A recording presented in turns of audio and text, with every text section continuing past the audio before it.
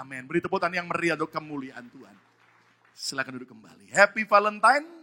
Selamat pada hari kasih sayang. Saya percaya Valentine tidak hanya bicara tentang orang yang masih berpacaran, tapi kasih sayang cinta, bicara tentang cinta Tuhan buat saudara dan saya.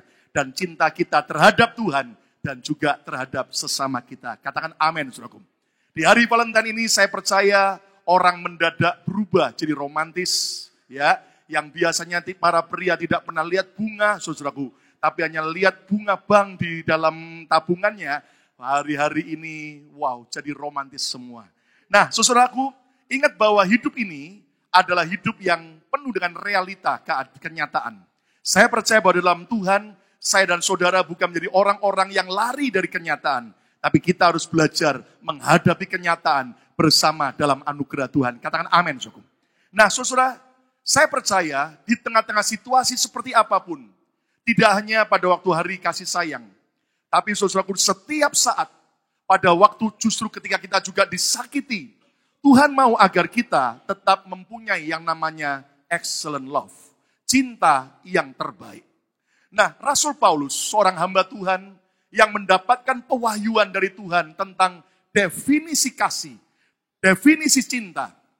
Maka dia menuliskannya di dalam bagian Alkitab kita, di dalam 1 Korintus 13. Bahkan Rasul Paulus juga menjelaskan betapa pentingnya kita hidup dalam cinta Tuhan, sehingga memampukan kita tetap bertahan di dalam setiap tekanan hidup ini. Tetapi saudaraku, yang menarik begini. Di pasal 13 dari 1 Korintus, saudaraku, Paulus banyak bicara soal kasih. Tapi di pasal 14 dari 1 Korintus, Paulus akhirnya bicara tentang 9 karunia roh. Yang juga merupakan bagian orang percaya ketika saudara dan saya penuh dengan kuasa Roh Kudus. Ada karunia iman, ada karunia mujizat, ada karunia kesembuhan, ada karunia, saudaraku, membedakan bermacam-macam roh, dan masih ada banyak karunia yang lain yang sebetulnya semua kita perlu menggunakannya agar kita jadi pemenang. Katakan amin, saudaraku. Tapi yang menarik begini, saudaraku. Setelah Paulus menutup dari 1 Korintus 13 dengan sebuah kalimat yang penting, bahwa tinggal ketiga hal itu, yaitu apa?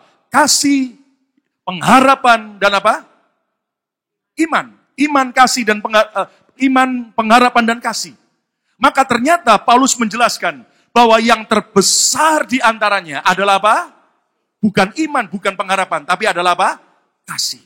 Nah, sebelum Paulus mulai mengajar dalam 1 Korintus 14 tentang 9 karunia Roh Kudus, ternyata dia menjelaskan sekali lagi betapa kita perlu hidup dalam kasih. Mari kita lihat dalam 1 Korintus 14 ayat yang pertama, saudaraku. 1 Korintus 14 ayat yang pertama. Mari kita baca sama-sama dengan suara yang keras. 2, 3. Kejarlah apa?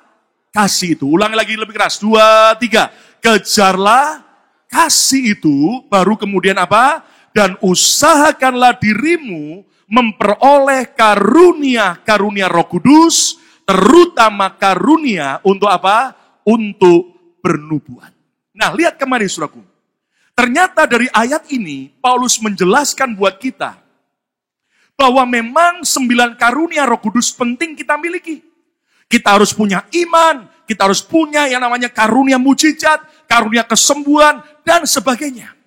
Tapi saudaraku, ternyata sebelum kita mengusahakan untuk kita hidup dalam 9 karunia Roh Kudus, Paulus mengingatkan kita terlebih dahulu, kejarlah kasih itu. Dari ayat ini kita bisa menyimpulkan, ternyata karakter building, sebuah pembangunan karakter hidup kita, yang hidup dalam kasih Tuhan, dalam 9 buah-buah Roh Kudus, ternyata harus menjadi sesuatu yang lebih penting daripada sekedar kita mengejar 9 karunia Roh Kudus atau pengurapan Tuhan. So sekalian, ada banyak orang tidak seimbang hidupnya. Yang dikejar adalah karunia Roh Kudus. Yang penting saya punya karisma besar. Yang penting saya punya iman untuk saya jadi orang kaya. Saya yang penting punya karunia mujizat supaya saya bisa mengubah apa yang mustahil jadi tidak mustahil. Walaupun itu penting semua, tapi dengar baik-baik. Paulus berkata, kejarlah kasih itu. Ternyata karakter Kristus harus lebih dulu ada dalam hidup kita. Yang setuju, katakan amin. Sebuah pepatah kuno berkata, karisma atau karunia akan membawa kita naik ke atas, naik ke puncak. Tapi karakter kita akan menentukan apakah kita tetap bisa bertahan di atas, atau bahkan naik ke atas, atau akan justru turun ke bawah. Lihat, berapa banyak orang dulunya belum diberkati, saat semakin diberkati karena karunia iman dan mujizat, malah karakternya hancur dan berantakan. Dan berapa banyak orang akhirnya hidupnya kehilangan semua janji Tuhan yang lebih dahsyat. Kenapa? Karena dia tidak hidup dalam kasih yang gambaran daripada karakter daripada Kristus sendiri. Nah, saudaraku, mari kita berkata bersama saya, kejarlah kasih itu. 2, 3, kejarlah apa? Kasih itu. Nah, kita belajar, saudaraku. Ayat ini coba kita lihat dari terjemahan bahasa Inggris. Dalam NIV Bible, ayat ini dikatakan begini. Follow the way of love. Follow the way of love. Ikutilah sebuah jalan cinta. Dari ayat ini ternyata kata kejarlah kasih itu, kita harus mengikuti yang namanya the way of love atau jalan cinta. Kata bersama saya, jalan cinta. 2, 3. Jadi ternyata saudaraku, sebuah cinta dalam hidup kita itu merupakan sebuah perjalanan, sebuah petualangan, sebuah journey dalam hidup kita. Dan ternyata cinta adalah sebuah perjalanan kita seumur hidup. Kata bersama saya, perjalanan seumur hidup. 2, 3. Di mana cinta kita dari awal mungkin masih cinta kanak-kanak. Tetapi Tuhan mau agar saudara dan saya tidak terus dalam hidup cinta kanak-kanak. Tapi kita terus berjalan, meningkat. Cinta kita harus bertumbuh sampai akhirnya menjadi cinta yang dewasa. Kata bersama saya, cinta yang dewasa. 2, 3. Cinta yang apa? Yang dewasa. Coba saya pinjam lagi ayat ini tentang kejarlah kasih itu. Follow the way of love dari sebuah terjemahan yang lain. Dari NLT Bible. Let love be your highest goal. Biarlah kasih, biarlah cinta menjadi yaitu goal atau target tertinggi dalam hidup saudara dan saya. Rupanya saudara-saudaraku, jangan sampai engkau buat, jadi orang terkenal, jadi orang sukses, jadi orang kaya adalah the highest goal in my life. Walaupun semua berkat itu adalah bonus dari Tuhan. Tapi ingat yang dikatakan oleh firman Tuhan, the highest goal dalam hidup kita, biarlah saudara dan saya hidup dalam sebuah cinta yang dewasa, yang sujud tepuk tangan yang meriah untuk kemuliaan nama Tuhan. Katakan amin, suku. Nah, saudara, saya beri judul khotbah hari ini adalah kedewasaan cinta. Kedewasaan cinta. Mature love. Kenapa, saudara? Saya ingat tahun 1997 adalah tahun yang penting dalam hidup saya. Sebab melalui sebuah perjalanan cinta saya dengan Tuhan, sejak saya bertobat tahun 1986, keluarga kami dipulihkan Tuhan. Keluarga ayah dan ibu saya yang seharusnya sudah berujung kepada perceraian dan kehancuran. Melalui doa puasa ibu saya selama 7 tahun akhirnya ayah bertobat. Kakak saya bertobat. Saya juga bertobat. Dan kami lihat betul-betul kasih Yesus luar biasa. Bisa pulihkan rumah tangga berantakan jadi rumah tangga yang bahagia. Katakan amin, suku. Dan di saat itulah kami mulai jatuh cinta dengan Tuhan. Akhirnya ayah saya melayani Tuhan, jadi hamba Tuhan. Kakak saya juga jadi hamba Tuhan. Dan saudara, waktu itu saya yang paling terakhir dibanding dengan kakak saya dan ayah saya. Singkatnya, tahun 97, di tengah-tengah puncak karir daripada usaha bisnis kami, saudaraku. Akhirnya Tuhan bicara jelas. Tahun 97 saya taat dengan Tuhan, saya tinggalkan usaha, saya kemudian mengabdi kepada Tuhan, melayani Tuhan, jadi hamba Tuhan sepenuh waktu. Sampai pada hari ini, oleh anugerah Tuhan. Nah, saudaraku, akhirnya saya bulan Juni itu, 97, saya pindah dari Surabaya ke Makassar. ke kota ujung pandang di Sulawesi, dan saya mulai melayani Tuhan, menggembalakan gereja, dan terus sampai akhirnya Tuhan percayakan tahun 2000 saya berangkat ke Amerika. Tapi saya ingat tahun 97, saudaraku. Sebelum kerusuhan Mei 98 terjadi. Sebetulnya beberapa bulan sejak saya jadi full timer, hamba Tuhan sepenuh waktu. Saya dan saudara pasti ingat, tahun 97 juga ada dua peristiwa penting, di mana ada dua orang wanita besar dunia yang meninggal hanya selisih 5 hari. Wanita yang pertama adalah Lady Diana. Meninggal pada tanggal 31 Agustus 97 dalam usia 36 tahun. Seorang wanita yang sebetulnya begitu kaya raya karena dia menikah dengan Pangeran Charles, putra mahkota daripada kerajaan Inggris. Tetapi apa yang terjadi, Lady Diana meninggal dalam usia yang sangat muda, 36 tahun.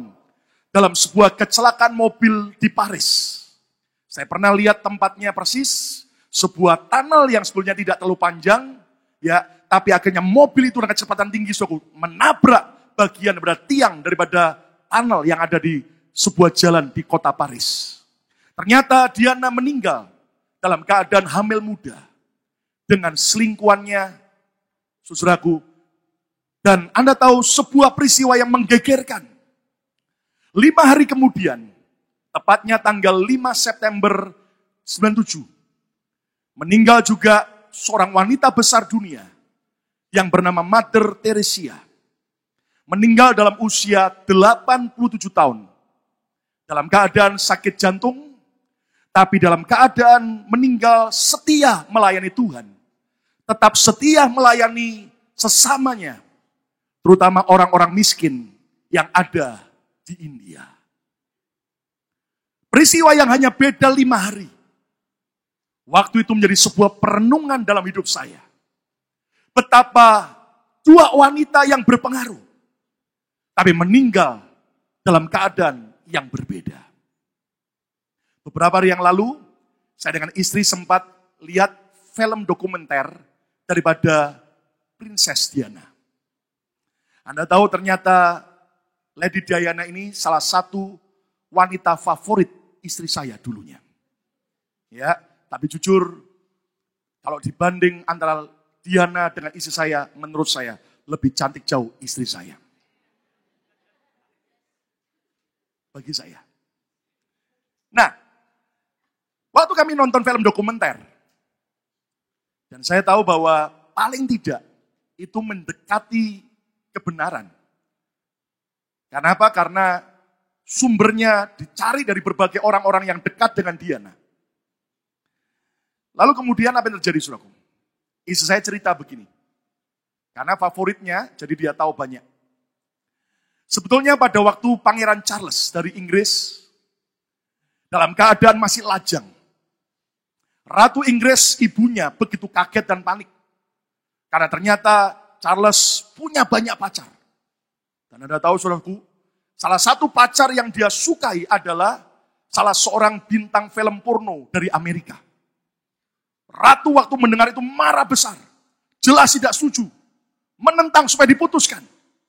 Nah, karena Charles, saudaraku, seorang pria punya kekayaan dan juga terkenal, banyak wanita mendekat sama dia. Dan banyak wanita yang akhirnya Ratu Inggris tidak setuju. Apa yang terjadi? Akhirnya Ratu memutuskan, kita harus cari seorang wanita yang masih belum menikah. Seorang wanita yang baik-baik, bahkan dari keluarga yang masih ada darah bangsawan dari Inggris. Maka diutuslah oleh Ratu Inggris orang-orang kepercayaannya untuk memeriksa ke berbagai kota yang ada di seluruh Inggris. Sampai akhirnya ketemulah seorang wanita bernama Diana Spencer. Yang waktu itu masih usia 17 tahun. Dan dia seorang wanita yang cantik. Ayahnya masih ada keturunan bangsawan Inggris. Dan juga ternyata dia seorang wanita yang bekerja sebagai guru sekolah taman kanak-kanak. Lalu akhirnya melalui seleksi, akhirnya Ratu memutuskan Diana Spencer, seorang yang layak menjadi istri bagi Charles putra mahkota. Singkatnya Anda tahu, saya yakin bagi saudara yang seusia dengan saya atau yang jauh lebih tua dari saya masih ingat pernikahan Charles dengan Diana. Sebuah pernikahan yang akbar. Saya masih ingat waktu itu TV kebanyakan masih black and white. Ya, kenapa? Mungkin sudah masih beruntung, saudara sudah punya TV yang berwarna. Saya waktu itu sekeluarga masih punya black and white. Anda tahu, semua tersita melihat sebuah pemberkatan nikah yang begitu mewah. Di mana Diana menikah dengan baju pernikahan yang apa? Panjangnya bukan main. Dan orang berkata, wow, inilah pernikahan idaman. Yang cowoknya ganteng, kaya, pintar. Yang wanitanya masih muda, baik-baik, penuh dengan cinta. Wow, penuh dengan semua kemewahan dan sebagainya. Tapi Anda tahu apa yang terjadi? Kisah itu tidak berlangsung lama. Setelah Diana melahirkan 2 orang anak, apa yang terjadi, saudaraku? Mulai terjadi keretakan dalam rumah tangga Charles dan Diana. Sampai akhirnya Charles memutuskan selingkuh dengan salah seorang pacar yang dulu dia pacari. Bahkan semakin meruncing keadaannya. Diana berkali-kali sempat mau bunuh diri. Bahkan dia punya kebiasaan buruk, makan, lalu dia masukkan jarinya ke mulutnya, dia tumpahkan lagi. Dia takut gemuk, sampai begitu kurus sekali. Padahal di tengah-tengah seperti itu, Diana seringkali ke berbagai negara-negara untuk adakan sebuah tindakan bakti sosial. Dia begitu dicintai banyak orang.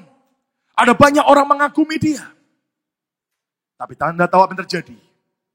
Dalam keadaan Charles akhirnya sudah sering kali tidak pulang ke tempat Diana yang ada di istana. Belum lagi tekanan daripada pihak kerajaan yang sering kali menteror Diana. Anda tahu Diana akhirnya hidup dalam kesepian.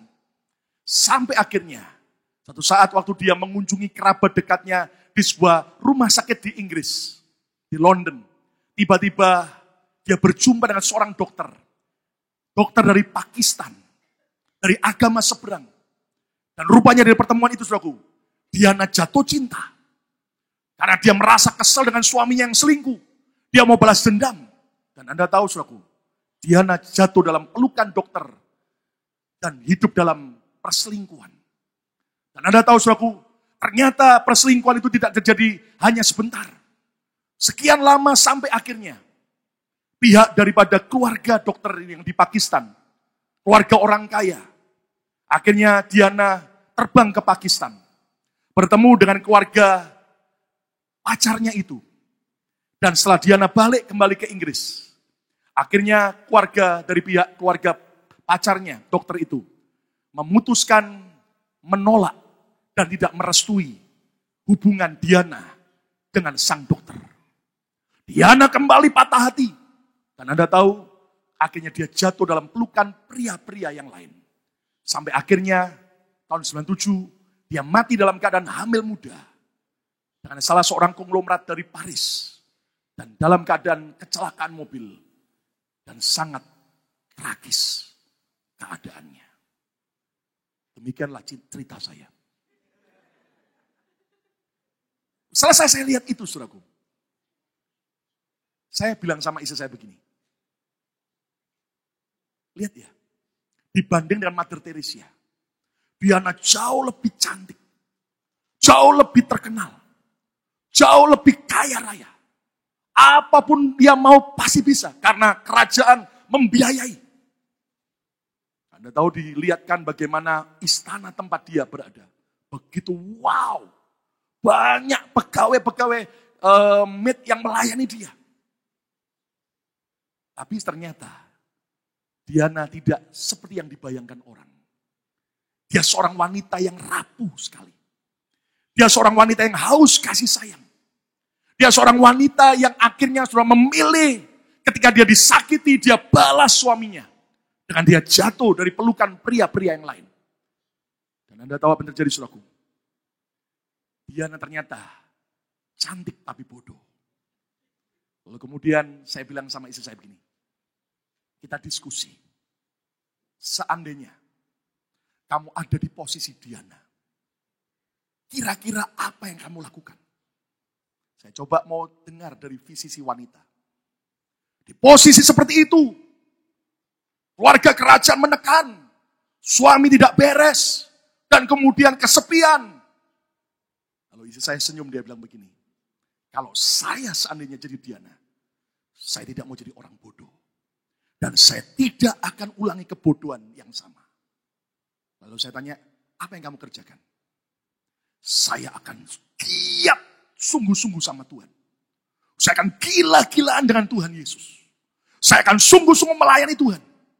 Ngapain Diana kesepian? Kan Diana punya 2 orang anak. Kemanapun anaknya pergi, dia akan bersama dengan anaknya. Sehingga dia bisa tetap menikmati anaknya yang bertumbuh jadi remaja. Dan dia tidak akan pernah kesepian. Ngapain balas dendam ikut selingkuh kayak suaminya?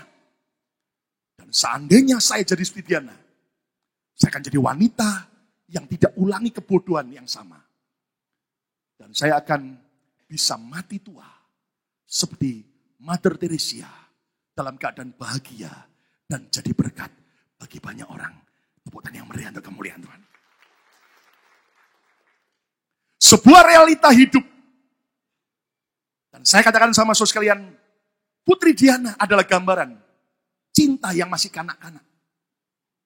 Sementara Mother Teresa adalah gambaran cinta yang dewasa.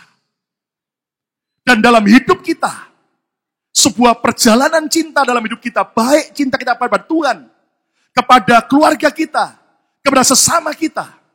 Saya berdoa, biar saya dan saudara bukan jadi orang yang terus tinggal dalam kekanak-kanakan cinta, tapi hidup dalam kedewasaan cinta. Siapa mau punya kedewasaan cinta? Angkatlah tanganmu di hadapan Tuhan. Wow, dan ayo tepuk tangan yang meriah untuk kemuliaan nama Tuhan. Amin, suku. Nah, sekarang pertanyaan begini. Apa tanda cinta yang dewasa? Yang pertama, cinta yang dewasa bukan cinta yang manja.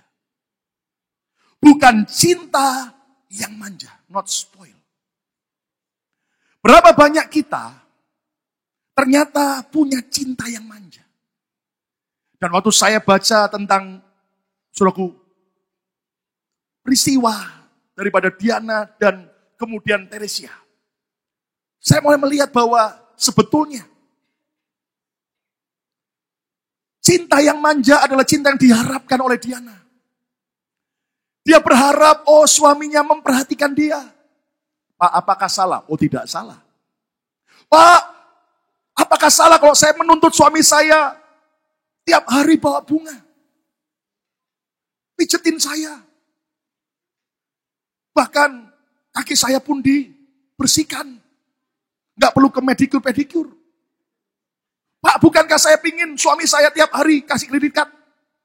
Dan suami berkata, unlimited sayang. Saudara sekalian, jangan jadi kanak-kanak dalam cinta. Realita hidup itu kita harus hadapi.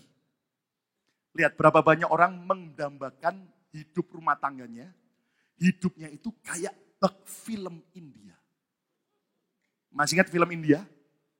Lihat kalau pria dan wanita mau ketemu, apa yang terjadi? Slow motion.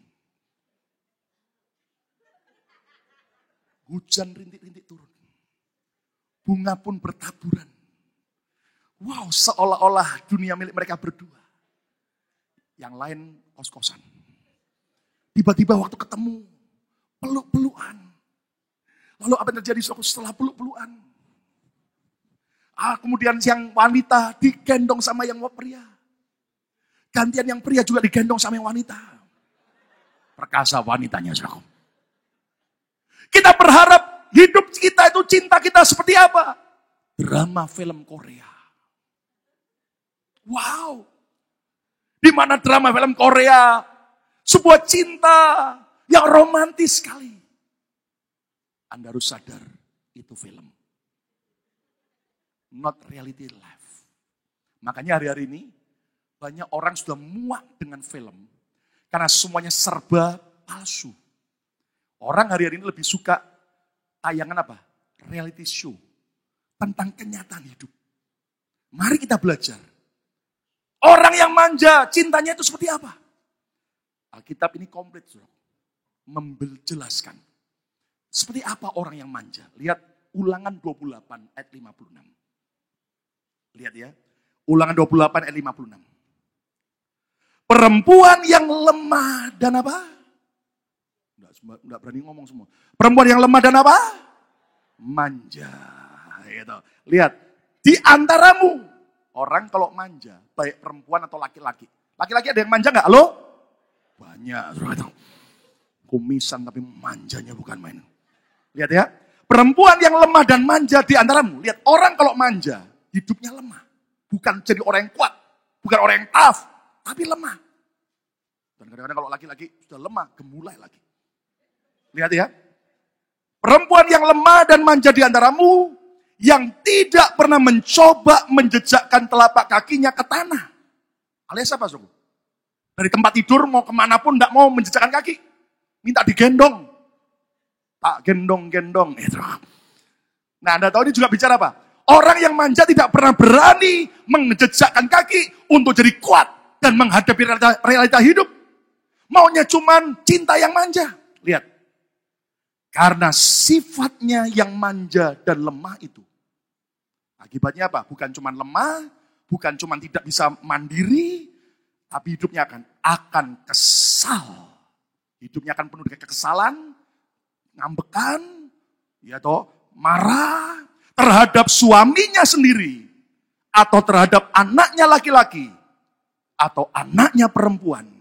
Dan bukan cuma itu, orang Kristen yang manja akhirnya bukan hanya mudah kesal terhadap keluarganya, tapi juga mudah kesal terhadap Tuhan, mudah kesal juga terhadap pendeta.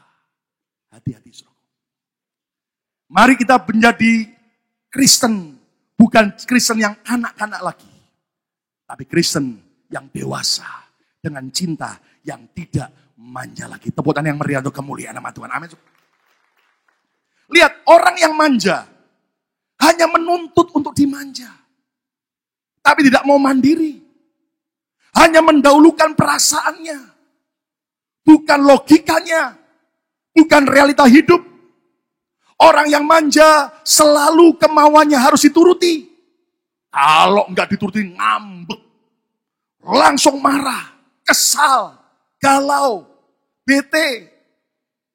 Berapa banyak kita ternyata cinta kita manja bukan main. Dan Anda harus tahu saudaraku. Dia Tuhan Bapa yang baik. Justru dia mengajar anak-anak yang dicintainya. Yang sujud tepuk tangan yang meriah untuk kemuliaan nama Tuhan. Amin.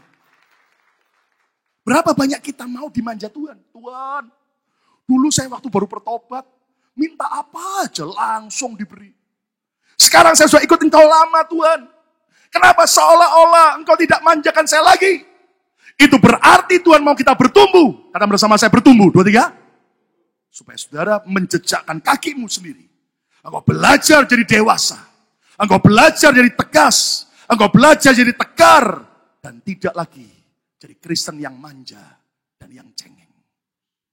Saudara-saudara, Tuhan saja seringkali tidak menuruti semua keinginan kita.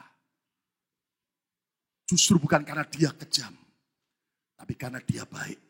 Dia cinta saudara dan saya luar biasa. Katakan amin. Saudara, ada kasih, ada cinta yang membangun. Tapi juga ada cinta yang merusak. Saudara tahu apa cinta yang merusak? Cinta yang hanya memanjakan tanpa bisa mendisiplin. Hati-hati. Saudara, keluarga Imam Eli hancur berantakan. Kenapa? Karena Imam Eli hanya memanjakan Hofni dan Pinehas anaknya.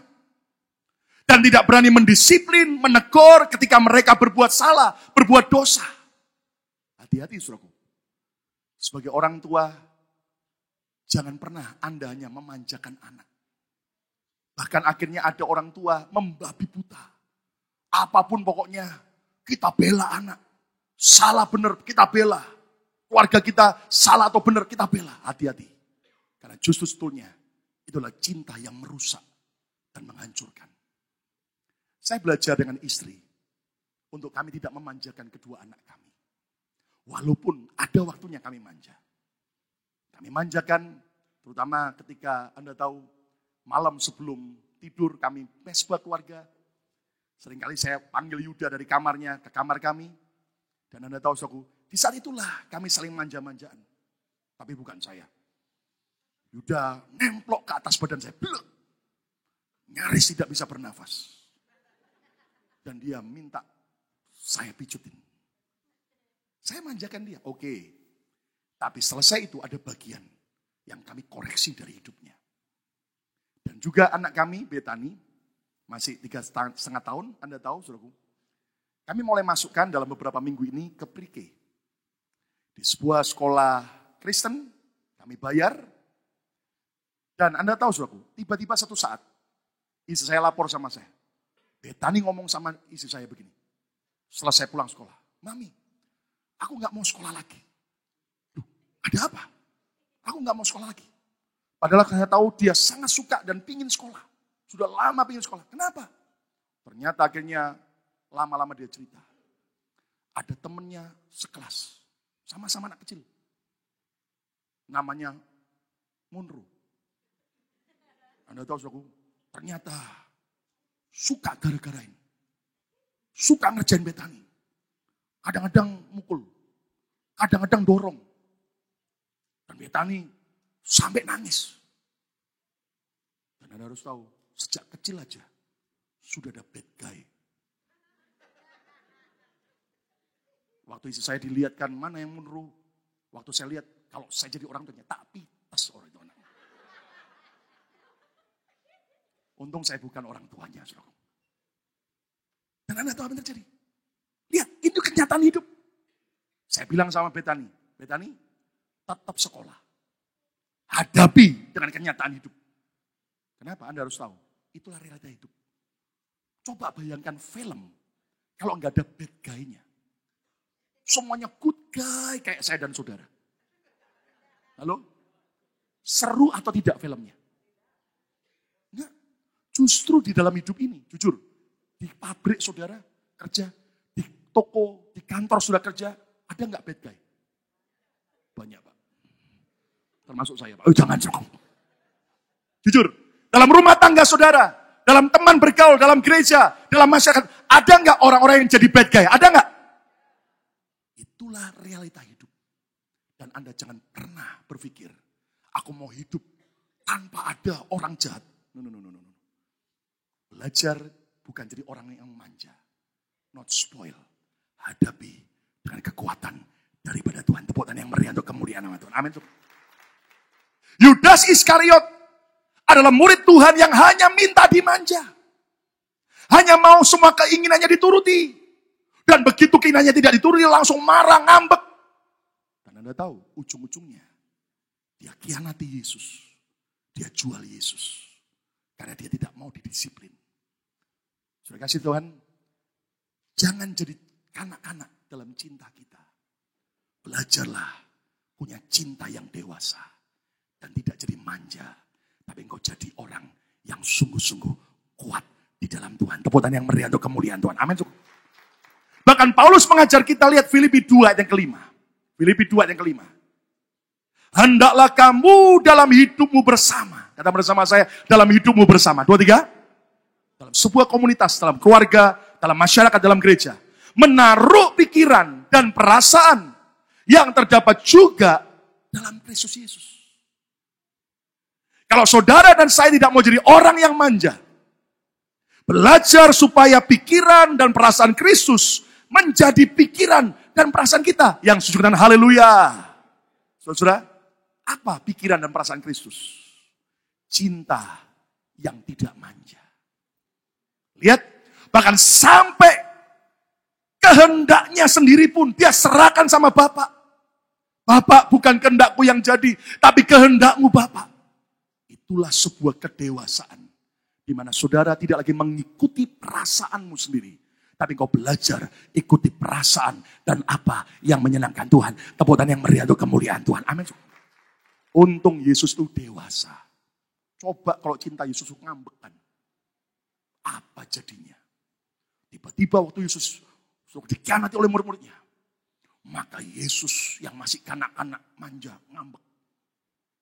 Maka Yesus berkata, gua gak mau kesalib. Apa jadinya kita? Tapi Tapi dia dewasa. Dia berkata, ya Bapa, ampunilah mereka.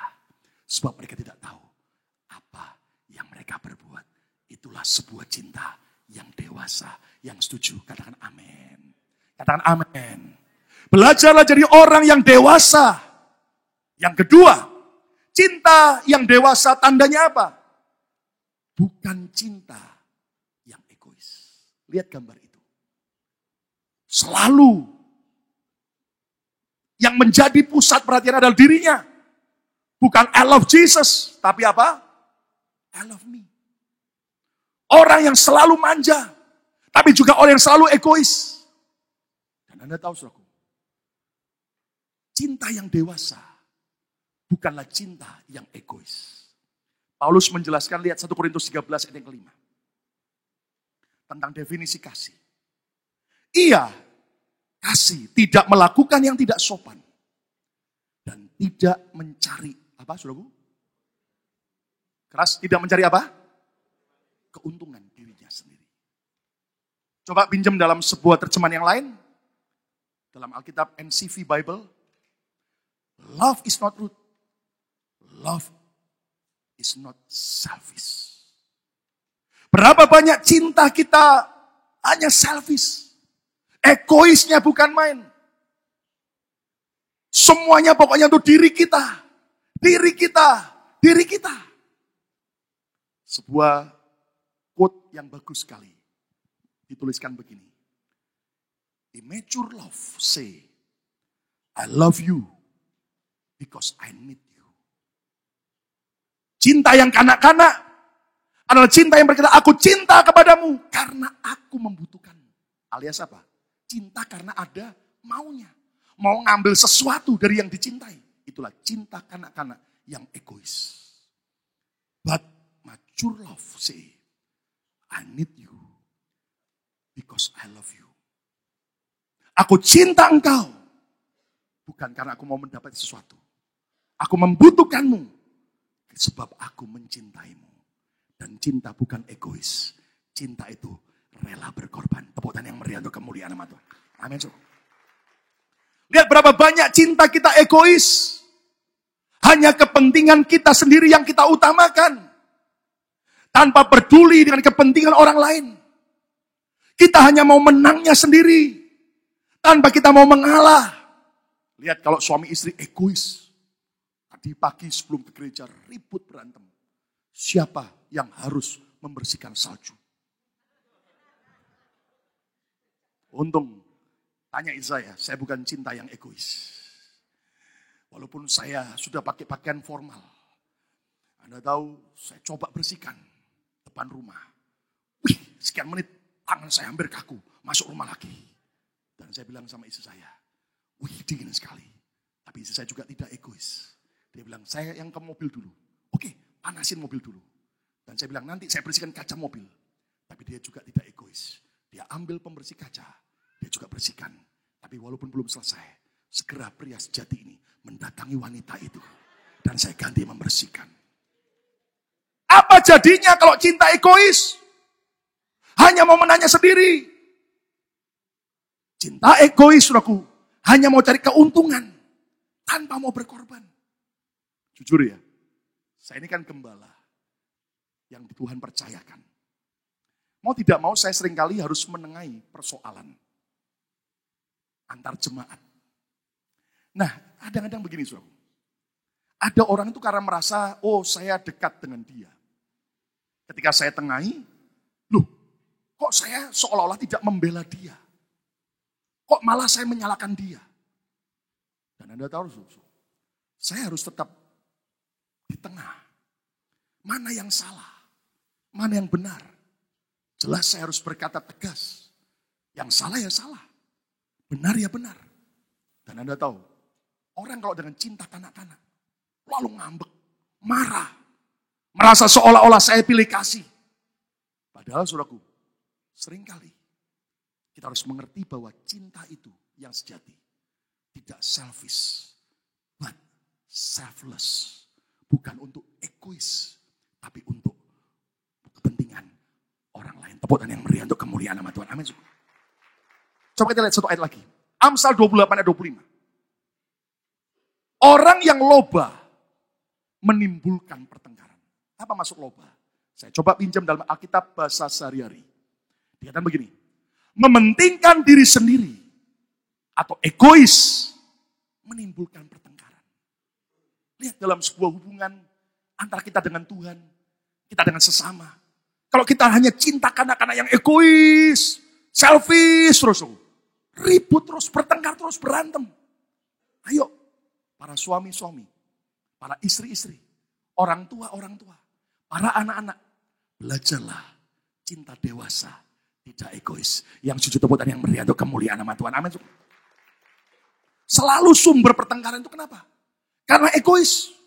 Merasa kepentingannya tidak dituruti. Dan Anda tahu, saudaraku, itu adalah cinta kanak-kanak.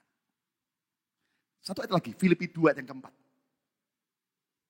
Dan janganlah tiap-tiap orang hanya memperhatikan kepentingannya sendiri. Bukan egois, tetapi kepentingan orang lain juga.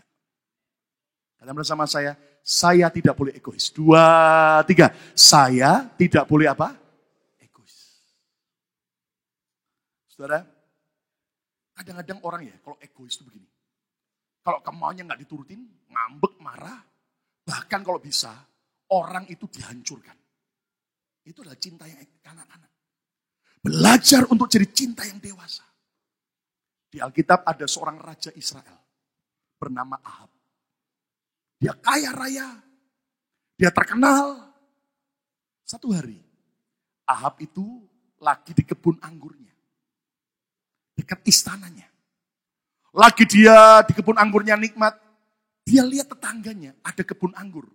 Tetangganya yang bernama Nabot. Lalu kemudian dia lihat, wow, kebunnya bagus ya. Wah, aku pingin memilikinya. Apa yang terjadi? Raja Ahab bilang sama Nabot, tetangganya, boleh nggak aku beli ladang anggurmu, kebun anggurmu? Nabot bilang, aduh nggak boleh, ini adalah ahli warisan daripada nenek moyang kami, saya kan tidak jual. Anda tahu apa yang terjadi? Raja Ahab pulang ke istana karena dia egois, dia manja, ngambek. Alkitab berkata beberapa saat dia nggak mau makan. Lalu istrinya Isabel, yang tukang buat Isabel, tiba-tiba tanya, suamiku, apa emangnya ayam goreng kremes gak enak? Kok kamu gak mau makan? Apa emangnya bebek goreng gak enak? Kok kamu gak mau makan? Enak sih. Tapi gue lagi galau nih, galau. Bete. Loh kenapa? Masa tetangga kita, saya mau beli kebunnya dengan harga mahal gak mau kasih? Lagi kesel, sakitnya tuh di sini. Anda tahu? Isabel seharusnya istri yang bijaksana. Langsung harusnya memberi nasihat yang baik buat suaminya. Enggak. Si istri malah ngipasin suaminya. Dimanjakan sekali. Oh tenang. Lu pingin kebun anggur Nabot? Iya. Enggak mau dia jual. Tenang suamiku. Apa yang Isabel lakukan? Dia tulis surat kepada para tua-tua kota yang dekat dengan kebun anggur daripada Nabot. Dia tulis sebuah gosip, tuduhan yang jahat, yang tidak dilakukan oleh si Nabot. Anda tahu? Para tua-tua bawa batu semua. Rajam batu Nabot sampai mati. Setelah mati, Isabel diberi kabar. Ratu senyum, bilang sama suaminya, sekarang kebunnya ambil. Loh kenapa? Nabotnya sudah mati. Dan Anda tahu, itulah cinta yang egois. Dan Anda mengerti, darah Nabot yang tidak berdosa dituntut Tuhan dalam hidup keluarga Ahab dan Isabel. Baca di Alkitab. Isabel mati mengerikan. Ahab mati mengerikan. Tapi Anda tahu Isabel itu mati jatuh dari lantai 2. Jatuh bam, kepalanya pecah. Anak buahnya kaget mau ngambil mayatnya, sudah nggak ada. Kenapa? Mayatnya sudah diseret sama anjing hutan. Dan dicapik-capik. Dan tidak ketemu di mana mayatnya. Anda harus mengerti. Jangan sampai punya cinta yang egois. Tapi mari cinta yang dewasa. Siap mengampuni. Dan siap berkorban. Yang sujud tepuk tangan yang meriah untuk kemuliaan nama Tuhan. Katakan haleluya. Katakan haleluya. Saudara, saya percaya saya dan saudara semakin diberkati Tuhan. Ada yang amin. Amin. Pasti ada tujuannya. Selain Anda dan saya menikmati berkat Tuhan. Boleh enggak anak Tuhan menikmati berkat Tuhan? Boleh enggak? Boleh. Tapi ada sebuah destiny. Supaya kita juga jadi saluran berkat. Oleh anugerah Tuhan, gedung ini sudah lunas dalam percepatan Tuhan. Seharusnya 30 tahun tapi 7 tahun sudah lunas. Saya boleh tepuk tangan yang meriah untuk kemuliaan. Amin. Saya baru nyadar, ternyata ada maksud Tuhan lebih baik. Sudah tahu dalam beberapa hari terakhir ini, saya dengan istri diminta ketemu dengan 2 orang hamba Tuhan Amerika. Yang ada di kota ini dari gereja lain, gereja Amerika. Saat yang ketemu hamba Tuhan yang pertama, dia begini, Pastor, aku tahu, aku dengar gerejamu sangat diberkati. Saya bilang, hanya karena anugerah. Boleh enggak kamu bantu kami? Saya tanya, apa yang kami bisa bantu? Gereja kami itu alami perpecahan beberapa kali. Dan sekarang jemaat kami tidak lebih dari 20 orang. Gedungnya lumayan besar. Dan boleh enggak saya bisa dibantu orang-orang yang mungkin bisa mimpin pujian, main musik, untuk tolong kami. Saya kaget, kenapa, Pastor? Dia bilang terus terang, kamu tahu suami saya sakit.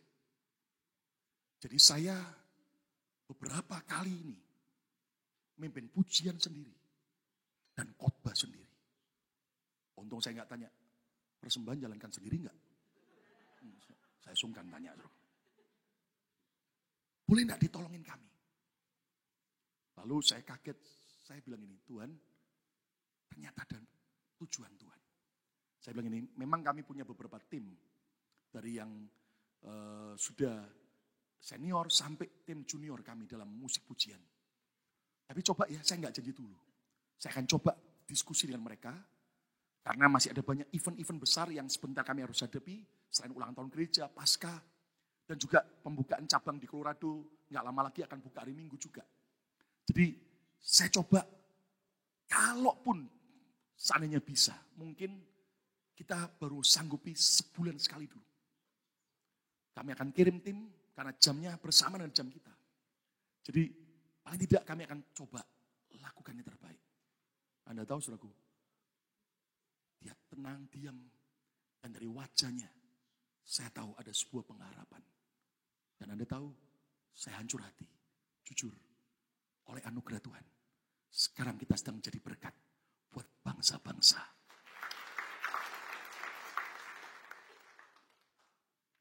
Hamba Tuhan yang kedua, Amerika. Minta ketemu saya dan istri. Dia dalam keadaan sakit. Walaupun sekarang sudah mulai baik, tapi begitu saya ketemu awal kaget sekali. Kurusnya luar biasa. Lalu kemudian, selain saya kunjungi di rumah sakit, tempat rehabilitasi, tapi dia juga minta saya kunjungi ke rumahnya. Kami datang, dan dia bilang ini, Pastor, aku memalukan diriku. Tapi mau tidak mau aku coba ngomong sama kamu. No, it's okay. Saya tahu dia pernah tolongin kita waktu gedung kita Juniper kebakaran. Dan selain sekolah Epifani, tapi juga ada tempatnya yang terbuka untuk nolongin kita. Waktu itu walaupun kita juga bayar uang rent. Apa yang terjadi? Tiba-tiba dia begini, kamu tahu enggak? Sejak saya sakit, saya enggak bisa melayani. Ada tim kami yang melayani. Dan kemurahan Tuhan yang jemaat yang hadir masih oke. 75 orang rata-rata tiap minggu. Tapi jujur kami dalam trial. Saya kaget apa? Persoalan apa? Finance, keuangan. Kenapa? Karena sejak saya tidak melayani, langsung keuangan persemen dropnya bukan main. Dan kami dalam keadaan minus. Cerita ini aku memalukan diriku. Tapi mau tidak mau aku coba cerita karena kita adalah saudara. Saya bilang oke. Saya doakan dengan istri. Waktu kami doakan tiba-tiba Tuhan ngomong jelas. Tanya sama dia. Kosnya sebulan berapa gerejanya? Setelah saya amin, saya tanya, berapa Pastor? sebulan yang kamu butuhkan untuk running gerejamu. Dia sebut angka sekian ribu. Dan Tuhan ngomong, taburi. Dan Anda tahu, saya bilang, Pastor, kami akan tabur sejumlah itu buat gereja Anda. Dan matanya berkaca-kaca. Saya sadar, ini penggenapan nubuatan. Kita akan jadi berkat bagi bangsa-bangsa. Tepuk tangan yang meriah. Katakan haleluya. Katakan haleluya. Dan semua kita mari sadar bahwa cinta yang dewasa bukan cinta yang manja, bukan juga cinta yang hanya egois. Yang saya bersyukur juga akhir tahun kemarin Jeffrey kasih saya sebuah amplop. Saya kaget terima amplop. Kenapa? Kadang-kadang ada amplop persembahan, ada kadang-kadang surat cinta, tapi juga ada kadang-kadang surat kaleng. Waktu saya buka kaget, isinya surat kartu Natal. Saya sering kali terima dan terima kasih. Selain kartu Natal, kadang-kadang juga ada bingkisannya. Tapi ini kartu Natal spesial buat kami dan buat kita sebetulnya. Kenapa? Dari tetangga belakang kita, orang Amerika, sudah tua. Sudah tahu, di awal ketika kita mau pakai gedung ini untuk gereja, oleh kemurahan Tuhan, izin gereja hanya 3 hari selesai. Siti sudah langsung proof. Tepuk tangan yang meriah untuk kemuliaan Tuhan. Amin. Tapi karena kita minta kursi yang banyak kapasitasnya, jadi Siti minta kita tambah emergency stand lagi. Ya. Walaupun tangganya itu masih tetap di dalam lingkungan gedung kita, di dalam pagar. Tapi harus minta izin renovasi. Dan Anda tahu, salah satunya kami harus menghadap Neighborhood Association. Semacam kelurahannya lah. Dan Anda mengerti tetangga kita. Itu begitu against. Dia hadir waktu itu di Methodist Hospital, di basement. Gak bisa. Nanti ribut. Nanti rame. Padahal akhirnya kita jelaskan. Bahwa gedung kita akhirnya sudah atur semua. Di balik dinding kita itu sudah ada suatu peredamnya. Sehingga kita waktu puji-pujian jam berapapun. Di belakang jalan gak kedengeran apa-apa. Walaupun mahal kita tetap harus supaya saya tidak mau ada komplain dari tetangga. Tapi nanti pakarnya bagaimana? Kami jelaskan dan Anda tahu kemurahan Tuhan. Tiba-tiba saya pernah cerita sama saudara Victor Baldi, pemilik Baldi Funeral langsung berdiri. Dia bendaharanya dari tempat itu, Neighborhood Association, dia bilang, aku kenal Pastor Lukas, dia baik dengan aku. Aku kenal dia, tolong bantu semua. Langsung diam semua, termasuk tetangga belakang. Kenapa? Mungkin dia mikir, kalau dia nggak tanda tangan bahaya. Dia sudah usia lanjut, kalau sampai dipanggil Tuhan, siapa yang ngubur? Tanda tangan semua. Hari itu beres. Tapi Anda tahu, sikapnya seringkali terus against dengan kita. Berkali-kali Jeffrey emosi. Saya juga agak kesel, teman-teman kita yang bagian untuk kebersihan juga seringkali mau buang sampah. Weh, marah. Satu hari saya bilang, kita harus buat yang berbeda. Tabur kasih. Jeffrey dapat hikmat. Dia tanya, Master, apa sih yang kamu keluhkan? Bau sampah. Oke. Dan kemudian kita rundingan, Jeffrey dapat hikmat. Tiap bulan kita drop karbol sekian botol. Kasih gratis. Saya bilang, kasih gratis. Tabur karbol. Supaya yang bau sampah berubah jadi wangi. Dan Anda tahu, saudara, setiap Natal kita kasih partial. Bingkisan. Kadang-kadang, saya masih ingat saya pernah antar dengan beberapa teman. Ding-dong, tidak dibuka-buka, saudara. Padahal ada di dalam. Tapi ajaib. Ternyata akhir tahun kemarin dia tulis surat cinta buat kami. Dan dia berkata, thank you buat Bethany Church. Karena kalian ada gereja yang sangat luar biasa. Tepuk tangan yang meriah untuk kemuliaan. Mari kita tabur karbol lebih banyak lagi. Percayalah bahwa cinta yang dewasa bukan membuat kita hanya mementingkan diri kita sendiri. Tapi cinta yang sungguh-sungguh rela berkorban. Tepuk tangan yang meriah untuk kemuliaan Tuhan. Amin, cukup. Yang ketiga, yang terakhir. Apa tanda cinta yang dewasa? Bukan hanya cinta yang manja, bukan hanya cinta yang saudaraku, egois. Tapi yang ketiga, bukan cinta yang lari dari komitmen. Kata bersama saya tidak boleh lari dari komitmen. 2, 3. Saya tidak boleh lari dari apa? Dari komitmen. Jangan pernah lari dari responsibility saudara. Ayat yang terakhir, lihat. Amos 3. Amos 3 yang ketiga. Amos 3 yang ketiga, katakan apa? Berjalankah dua orang bersama-sama? Ini bisa antara suami istri, bisa antara kita dengan Tuhan, bisa antara kita dengan gereja Tuhan dan sesama kita. Berjalankah dua orang bersama-sama jika kita belum berjanji? Kata bersama saya, harus ada perjanjian. 2, 3. Harus ada apa? Perjanjian. Sebuah komitmen. Saya coba pinjam ayat ini dari NLT Bible. Can two people walk together without agreeing on the direction? Bisakah dua orang berjalan bersama-sama tanpa sebuah kesepakatan untuk sebuah direction, tujuan yang sama? Kita harus menjadi orang dewasa dengan cinta yang harus bersama-sama, tidak lari dari komitmen, tapi berani melakukan komitmen. Sebuah terjemahan yang lain, The Message Bible. Do two people walk hand in hand if they aren't going to the same place? Apakah dua orang akan jalan sambil bergandengan tangan jika mereka tidak menuju pada tujuan yang sama? Sebuah tujuan yang sama dalam hidup rumah tangga. Sebuah tujuan yang sama dalam hidup gereja. Dengan kita, dengan Tuhan juga adalah apa? Tidak lari dari tanggung jawab. Tidak lari dari komitmen. Tapi kita jalankan komitmen kita dengan baik dan benar. Setia sampai akhir. Tepuk tangan yang meriah untuk kemuliaan nama Tuhan. Amin. Lihat, cinta itu harus komitmen. Ucapkan 2, 3. Cinta itu harus apa? Banyak orang ngomong cinta, tapi tidak komitmen. Cuman bisanya komat kamit. Anda tahu? Tidak komitmen, tapi cuma bisanya komat kamit. Artinya apa? Pandai berjanji.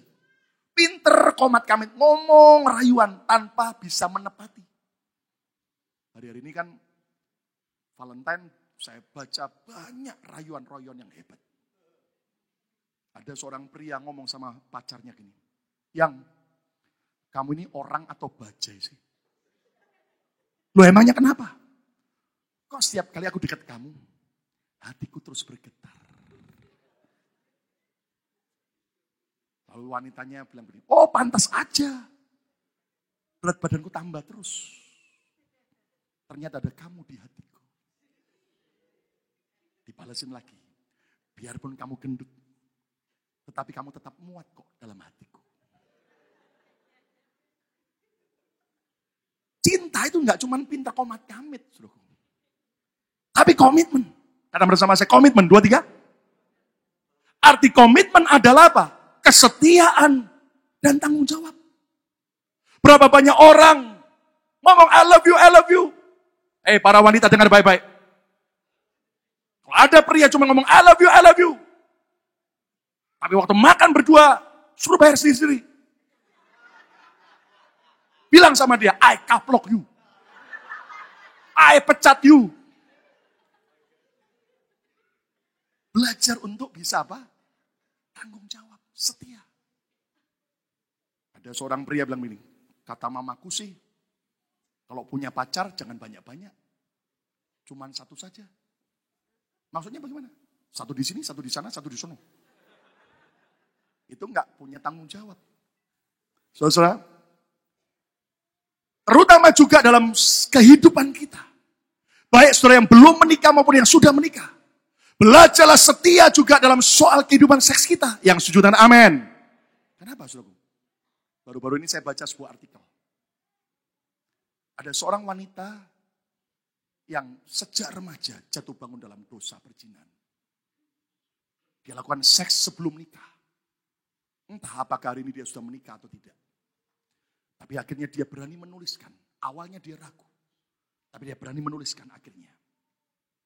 Dan dia jelaskan dari pengalaman hidupnya. Dia bilang begini. Ternyata jangan pernah mau melakukan hubungan seks sebelum nikah. Atau bagi yang sudah menikah, jangan pernah melakukan hubungan seks di luar nikah. dia berkata begini, mungkin kalau alasan soal agama, kita sudah tahu bahwa pezina nggak akan masuk surga. Tapi jujur dia berkata, berapa banyak orang akhirnya melanggar karena merasa itu cuman hanya hal yang kuno. Tapi dia bilang begini dari pengalaman hidupnya. Ingat bahwa cinta itu kalau dewasa, harus cinta yang dengan komitmen. Bukan cinta yang cuman pintar komat kamit. Anda tahu apa yang terjadi? Dia bilang begini. Ternyata melakukan hubungan seks sebelum nikah atau seks di luar nikah akan bisa membuat kita kecanduan seks. Anda tahu? Dia cerita. Begitu dia jatuh pertama, itu akan membuat kecanduan. Dan itu bukan hal yang baik, malah mengerikan menurut dia, menjijikkan dia cerita. Lalu dia berkata juga melakukan hubungan seks sebelum nikah atau di luar nikah akan dengan mudah membuat orang yang sama jatuh bangun kembali dalam soal seks bebas. Kenapa? Karena pikiran gini, dulu gua pernah, sekarang ada godaan lagi, jatuh lagi. Bahkan dia berkata melakukan hubungan seks sebelum nikah atau di luar nikah akan mengakibatkan ketakutan yang selalu menghantui. Apa itu? Takut hamil. Apalagi? Takut pasangan selingkuh. Kenapa? Karena dia pikir gini, dengan saya aja dia berani, tidak nikah. Jangan-jangan dia juga selingkuh dengan wanita lain. Dan juga bisa takut ketularan penyakit seksual. Lalu dia berkata juga melakukan hubungan seks sebelum nikah atau di luar nikah akan bisa menjadikan diri kita hanya sebagai objek pelampiasan hawa nafsu. Dia cerita jujur. Ada pria-pria bilang begini, gua gak mau putus pacar dulu. Kenapa? Belum dapat gantinya. Ntar kalau sudah dapat gantinya untuk melampiaskan seks, baru saya putuskan yang lama. Anda harus tahu, para wanita-wanita, jangan jadi orang bodoh. Jangan cuman hidupmu diperalat, hanya jadi objek pelampiasan nafsu yang jahat itu. Maupun para pria. Lalu juga dikatakan begini cukup. Melakukan hubungan seks sebelum nikah atau di luar nikah akan membuat kita seringkali takut memutuskan hubungan tersebut. Walaupun kita sudah tahu ada banyak ketidakcocokan maupun juga kejahatan dalam hidup orang itu. Saudara, kenapa? Karena merasa, sudah dengan dia. Nanti kalau aku putus bagaimana? Itu efek negatif berikutnya. Apalagi? Melakukan hubungan seks sebelum nikah atau di luar nikah akan berakibat kita direndahkan oleh pasangan baru kita. Anda tahu? Dia berkata jujur, tidak semua orang mau menerima kita apa adanya. Tapi seringkali awalnya ngomong begitu, ujung-ujungnya mengintimidasi. Dan kesimpulan kata terakhir yang dia ucapkan begini. Ketika Anda tegas menolak hubungan seks sebelum nikah atau di luar nikah, akan membuat orang lain memandang hidup kita sebagai orang yang istimewa dan orang yang terhormat. Tepuk tangan yang meriah untuk kemuliaan nama Tuhan. Amin. Itu sebabnya cinta bukan cuman perasaan. Cinta komitmen. Kalau ada cowok berkata I love you, kapan kawin? Nasi belum siap. Pecat. Yang lebih konyol, kita setidiana. Kita hanya mengharapkan cinta, haus cinta, dan ujung-ujungnya dia dikecewakan. Anda tahu? Ternyata dia pergi dengan Dodi ke pantai manapun. Kenapa kok bisa ketahuan oleh wartawan? Karena Diana sendiri yang kasih bocoran. Hanya satu tujuannya. Memanas-manasin Charles. Memanas-manasin dokter Pakistan tadi. Anda tahu, hidupnya hanya penuh kekanak-kanakan. Belajar bukan cinta yang kanak-kanak lagi, tapi cinta yang dewasa. Kesimpulannya apa? Apa tanda cinta yang dewasa? Bukan cinta yang manja, bukan cinta yang egois, bukan cinta yang lari dari komitmen, tanggung jawab. Amin. Mari kita berdoa bersama-sama. kita akan terima tubuh dan darah Yesus. Itu bukti cinta yang dewasa. Cinta yang tidak manja. Dia sebetulnya begitu nyaman di surga. Tapi dia rela turun ke dunia. Jadi hamba.